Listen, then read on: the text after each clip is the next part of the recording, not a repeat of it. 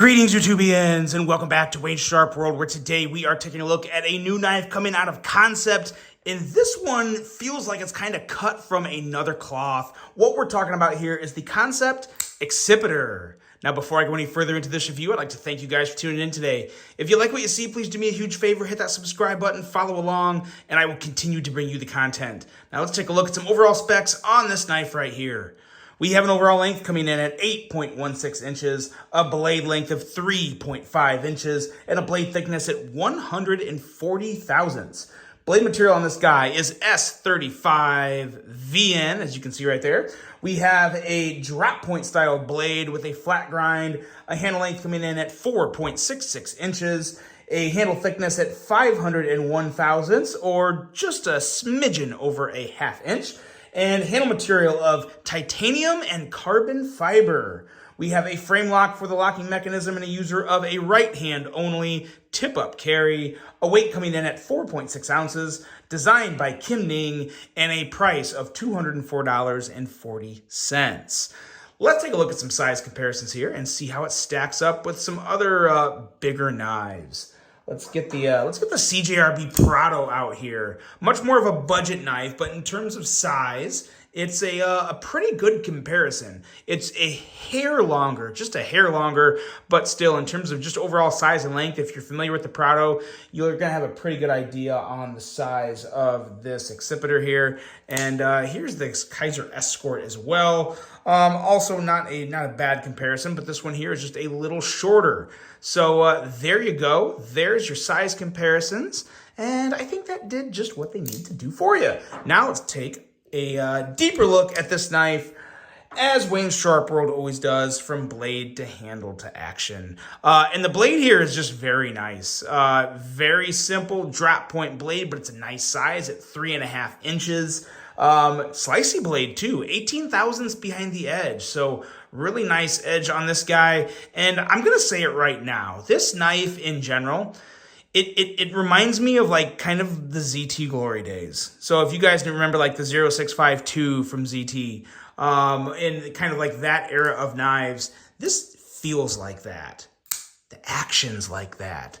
The size, you know, it's a bigger knife. If there's people that are missing those bigger, smooth, kind of bulkier ZTs, this is a pretty good option. It really truly is. Really big fan of this blade in general. Very, very nice to kick that guy out. And yeah, just a lot of nice, sharp edge to work with.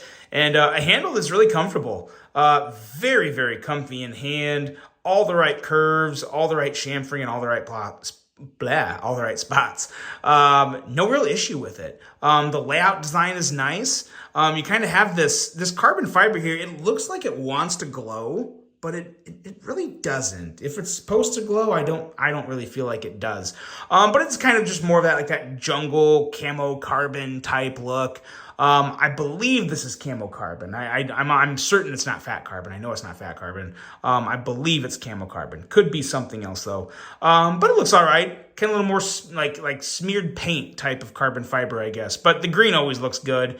You have a nice hidden lanyard back here, which is always good because if you don't like lanyards, you don't have to see it all the time.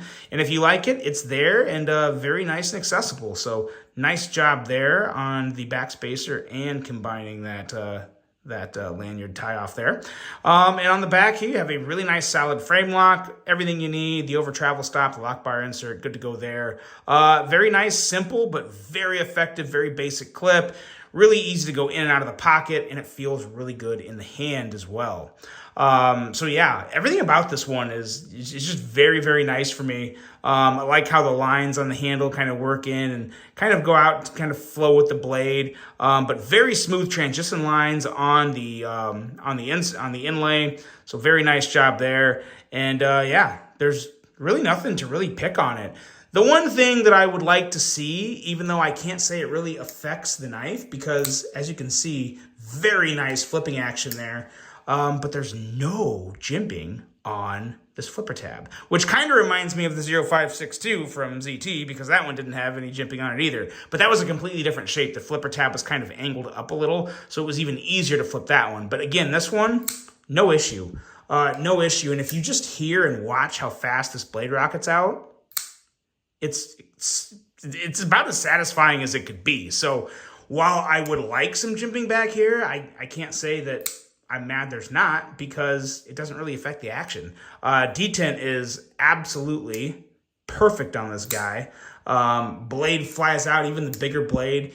It's really hard to nail that combination of a big blade and a crisp detent, because the bigger the blade is, the more the detent can feel non-existent. But they did a really good job of putting a good-sized detent ball in there for a big blade, and they just knocked it out of the park. It's excellent action, very, very crisp and quick on the deployment, and very smooth on the close. So yeah, it's hard to knock anything on it. If you're missing those good old day ZTs, this is one I would definitely recommend. I think for $204, it's a little more expensive than you're used to paying for some Kansepts, I guess, but you do get a lot of knife, you get a great steel, and there's really no reason for me to say it's not worth it. I mean, you compare the titanium, carbon fiber, and S35, especially with this fit and finish. You compare that to a lot of other knives, and a lot of them are going to be more than $200.